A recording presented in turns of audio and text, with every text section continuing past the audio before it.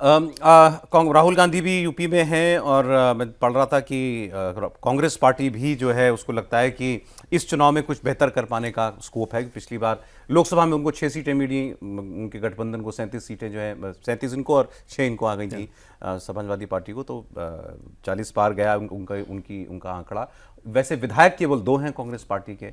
Alliance को लेकर के मैं आपसे पूछना चाह रहा था, क्या इसमें कोई डाउट लग रहा है आपको कि कांग्रेस और सपा का अलायंस नहीं होगा, या सपा नहीं चाहेगी अलायंस करना? दोनों ही बिल्कुल चाहेंगे कि अलायंस ही हो। वो जो भी होगी शुरू में पोस्चरिंग होगी, जैसे आप सुनेंगे कि यूपी में अजय राय ने डिमांड कर दिया इतनी सारी सीटें हैं, हाँ। ये हवाला दिया, तो वो सब शोशेबाजी होते रहेगी। जैसे सपा का कोई प्रवक्ता कुछ बोल देगा, वो सब चलेगा। फाइनली वो टेबल पर आके निश्चित तौर पर वो ये बनाएंगे, क्योंकि उनको पता है कि चैलेंज कितना बड़ा है यूपी में। और अगर यूपी में किसी तरीके से खुदा न खास्ता जीत हासिल करने में वो सफल हो जाएं उनके लिहाज से, तो आप फिर समझ सकते हैं कि 2029 के लिए बीजेपी के सामने कितनी विशालकाय चुनौती हो जाएगी।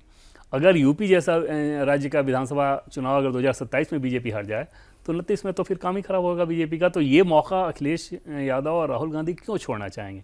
तो एकदम से कांग्रेस पार्टी ऐसी भी नहीं है कि यूपी में कोई ऐसी ताकत हो जिसको आप मैनेज ना कर सकें, बस बयानबाजी तक रहेगा। फाइनली वो पार्टियां दोनों साथ ही जाएंगी। शायद उन्होंने बिहार से भी कुछ सबक लिया हो कि जिस तरीके से वहां पर सीटों का बंटवारा, अलायंस में टकराव जो है आखिरी वक्त तक देखने को मिलता रहा और फिर उसका नुकसान भी हुआ। फ्रेंडली फाइट में कई सीटें गंवा दी गई। हाँ, लेकिन सबक लेने वाली पार्टी के तौर पे या गठबंधन के तौर पे वो लोग जाने नहीं जाते। अभी तक का उनका ट्रैक रिकॉर्ड देखें तो एक गलती के बाद दूसरे राज्य में वो सबक ले लें, ऐसा होता नहीं है। गलतियां रिपीट करने के लिए वो ज़्यादा जाने जाते हैं।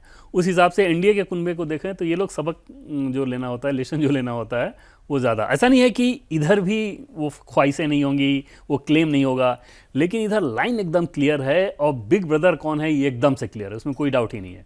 तो जैसे मान लीजिए कि ओम प्रकाश राजभर का आप सुनेंगे कि इतनी सीट को लेकर डिमांड कर रहे हैं, निषाद इतनी सीट को लेकर डिमांड कर रहे हैं, लेकिन वहाँ ये भी पता है कि जब एक बार गृह मंत्री अमित शाह की तरफ से फोन जाएगा तो जो भी फॉर्मूला होगा उस पर समझौता होगा।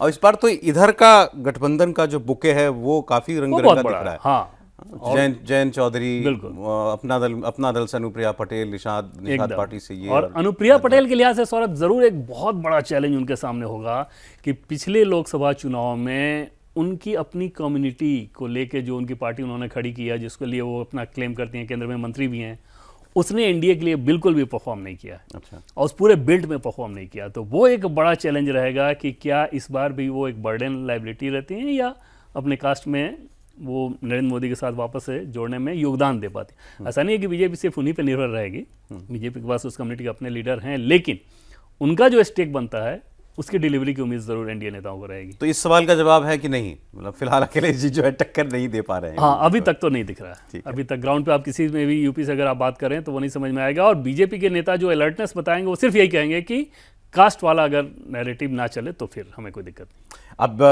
ये देखिए यूपी के चुनाव में तो अभी कहानी आगे बढ़नी है, अब देखिए कि इसका क्लाइमैक्स क्या होता है।